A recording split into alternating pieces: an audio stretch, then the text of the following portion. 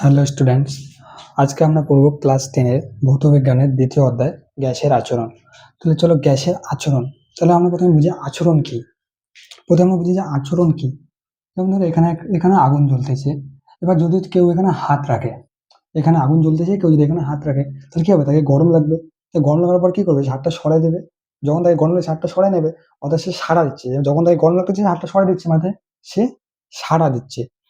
তেমন এবার যে একটা গ্যাস আছে, গ্যাসীয় যে পদার্থ আছে, গ্যাসীয় পদার্থগুলো কিরকম আচরণ করে প্রকৃতিতে, অর্থাৎ যখন আমরা কোনো একটা গ্যাসের বা কোনো একটা জায়গার তাপমাত্রা পরিবর্তন করব, কিংবা কোনো একটা গ্যাসীয় পদার্থের আয়তন পরিবর্তন করব, কিংবা ভর পরিবর্তন করব, তখন গ্যাসীয় পদার্থটা কিরকম আচরণ করবে, অর্থাৎ কিভাবে সে সাড়া দেবে প্রকৃতিতে, এটাই হচ্ছে গ্যাসের আচরণ।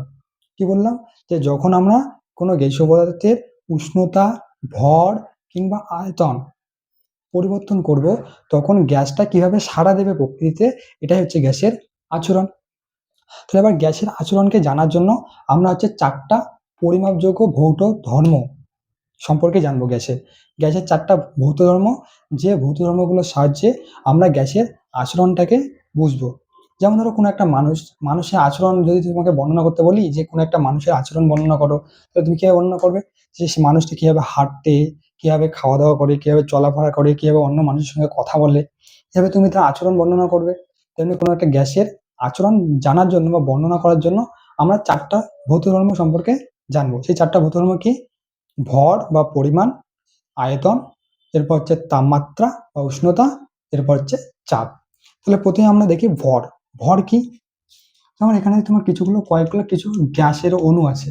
তো এবার আমি তোমাকে বললাম এখানে কতগুলো গ্যাস আছে, মানে গ্যাসের পরিমাণ কতটা, এই পরিমাণটাই হচ্ছে গ্যাসের ভর বা পরিমাণ। এটা হচ্ছে একটা ভৌত ধর্ম। আর একটা ভৌত ধর্ম আমি কি বললাম? যে আয়তন। যেমন ধরো এখানে একটা পাত্র আছে, এখানে একটা পাত্র আছে, আর এখানে হচ্ছে গ্যাস আছে। এবার আমি তোমাকে বললাম যে কতটা জায়গা জুড়ে গ্যাসটা আছে, মানে পাত্রটার কতটা জায়গা জুড়ে গ্যাসটা আছে, অর্থাৎ এই যে এইটুকু জায়গা জুড়ে যে গ্যাসটা আছে, এটাই হচ্ছে গ্যাসের আয়তন। মানে গ্যাসটা কতটা জায়গা জুড়ে আছে, এটাই হচ্ছে গ্যাসের আয়তন। এরপর কি হচ্ছে? এরপর হচ্ছে গ্যাসের চাপ। তাহলে এবার গ্যাসের চাপ কি করে বুঝবো? তাহলে দেখো এখানে একটা বড় একটা পাত্র আছে, ঠিক আছে? এবার এর মধ্যে গ্যাসের অণুগুলো আছে, গ্যাসের অণু আছে এখানে, ঠিক আছে? এবার তোমরা কি জানো গ্যাসের অণুগুলো হচ্ছে সবসময় গতিশীল থাকে। গ্যাসের অণুগুলো গতিশীল থাকে মানে কি হয়? সবসময় ভেতরে ছোটাছুটি করে।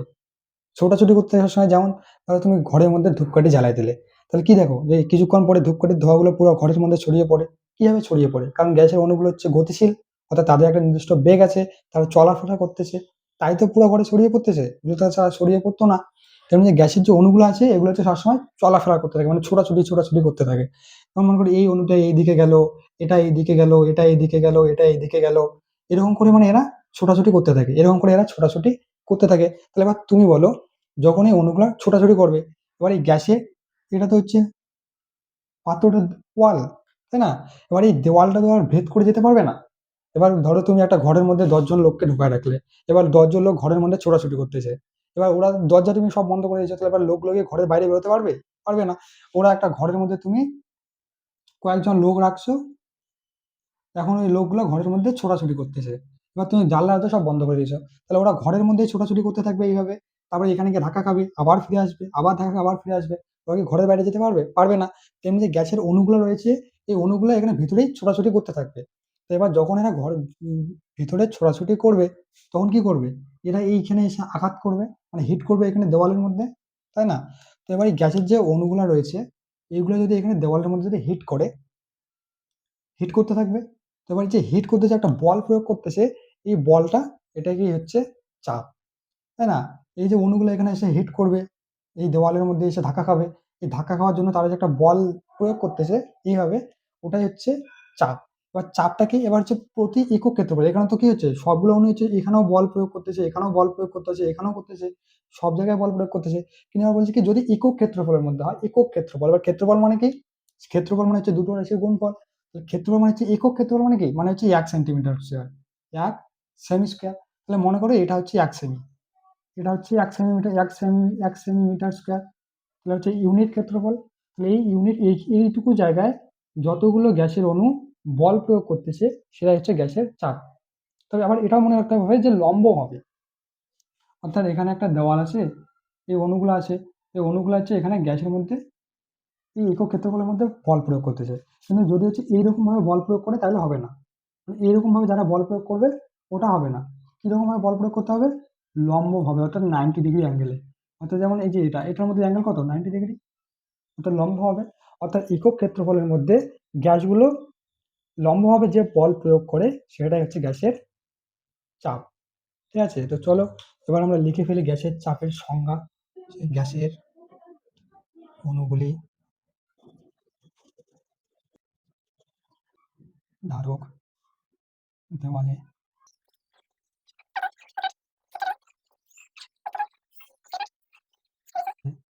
যে বল চাপ বলে। গ্যাসের অণুগুলি ধারক দেওয়ালে, ধারক দেওয়াল মানে কি?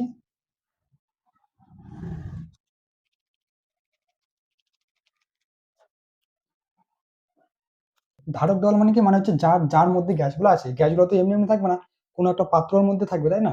তখন হচ্ছে এখানে ধারক দেওয়ালে, ধারক মানে কি, যার মধ্যে গ্যাসগুলো আছে।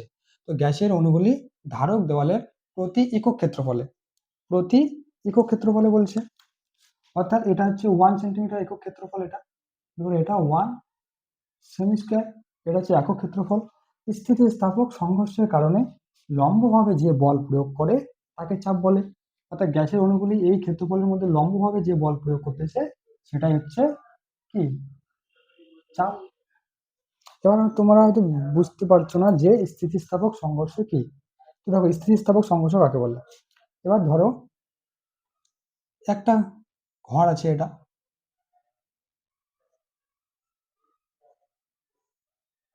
একটা ঘর আছে, আর ঘরের মধ্যে তুমি অনেকগুলো লোককে ঢোকাই দিয়েছো, ঠিক আছে?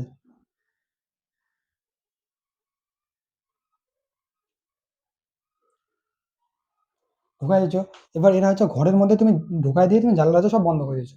এবার হচ্ছে ওরা বেরোনোর জন্য কি করবে, ওরা ভিতরে ছোটাছুটি করতে থাকবে, এই লোকগুলা কি করে, এরা সব ভিতরে ছোটাছুটি করতে থাকবে। এবার এরা যদি ভিতরে ছোটাছুটি করে তাহলে এরা কি হবে, ছোটাছুটি করতে করতে হয়তো দেখা গেলো এদের সঙ্গে ধাক্কা নিয়ে গেলো, মানে আমি এদিকে দৌড়াচ্ছি, এদিকে কেউ দৌড়ে আসতেছে, আমাদের দুজনের মধ্যে কি হলো, ধাক্কা লেগে গেল। এদিকে কেউ আসছে, এদিকে আসছে, এখানে ধাক্কা লেগে গেল। এবার ধাক্কা যে লাগলো এটা কি, ধাক্কা লাগাটা হচ্ছে সংঘর্ষ। এবার স্থিতিস্থাপক সংঘর্ষ মানে কি, এবার দেখো এইদিকে একটা লোক আসতেছে, এদিকে এরা এরা এদিকে যাচ্ছে, এদিকে আসতেছে। এবার যখন এদের মধ্যে বুম করে এখানে সংঘর্ষ লেগে যাবে, মানে ধাক্কা লেগে যাবে, তখন কি হবে, এও পড়ে যাবে, ও পড়ে যাবে, মানে এ তখন এদিকে পড়ে এরকম হয়ে যাবে, এ তখন এদিকে এরকম ভাবে পড়ে যাবে, এও তখন এদিকে এরকম ভাবে পড়ে যাবে। অর্থাৎ ধাক্কা খাওয়ার পর দুজনই পড়ে গেল। তাহলে এবার যখন তারা দুজনই পড়ে গেল তাদের কি মানে গতি শক্তিটা কি সমান থাকলো? ধাক্কা খেলো, পড়ে গেল।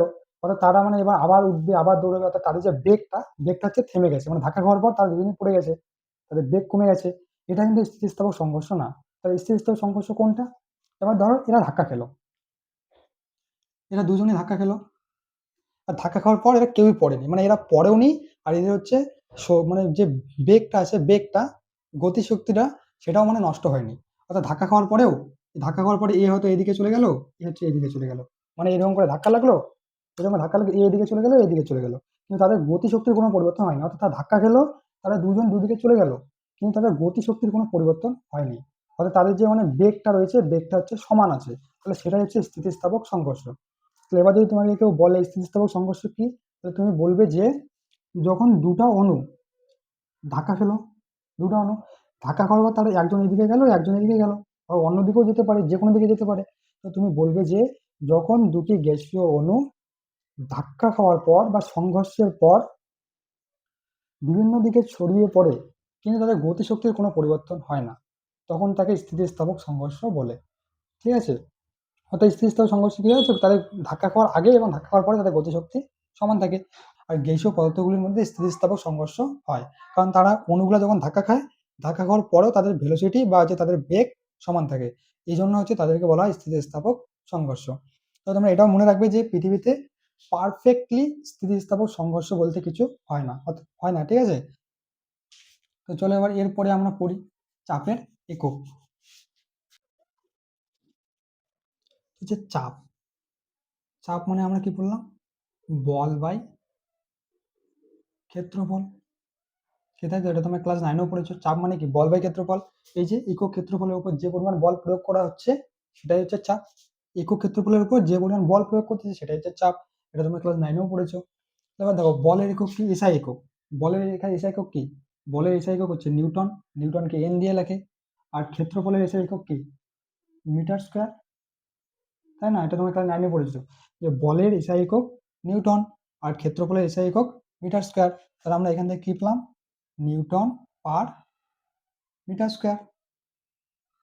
এটাকে সমান সমান বলা হয় পাস্কাল। আচ্ছা, এটাকে বলা হয় পাস্কাল। তাহলে হচ্ছে চাপের এসআই একক কি, এটা হচ্ছে এসআই একক।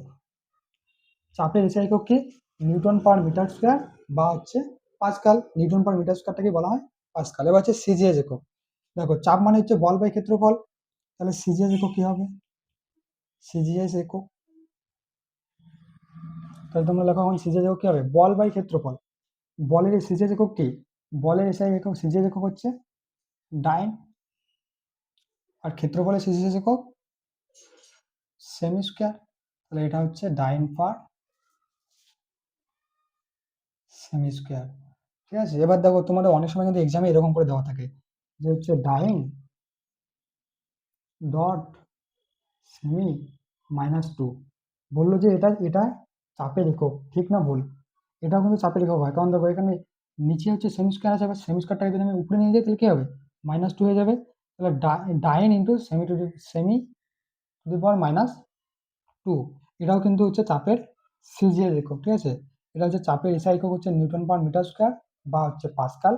আর সিজিএস একক হচ্ছে dyne per centi square, dyne per centi square বা dyne into centi to the power -2। এবার দেখো চাপের আরো কিছু একক রয়েছে, এগুলো তোমরা লিখে নাও খাতায়।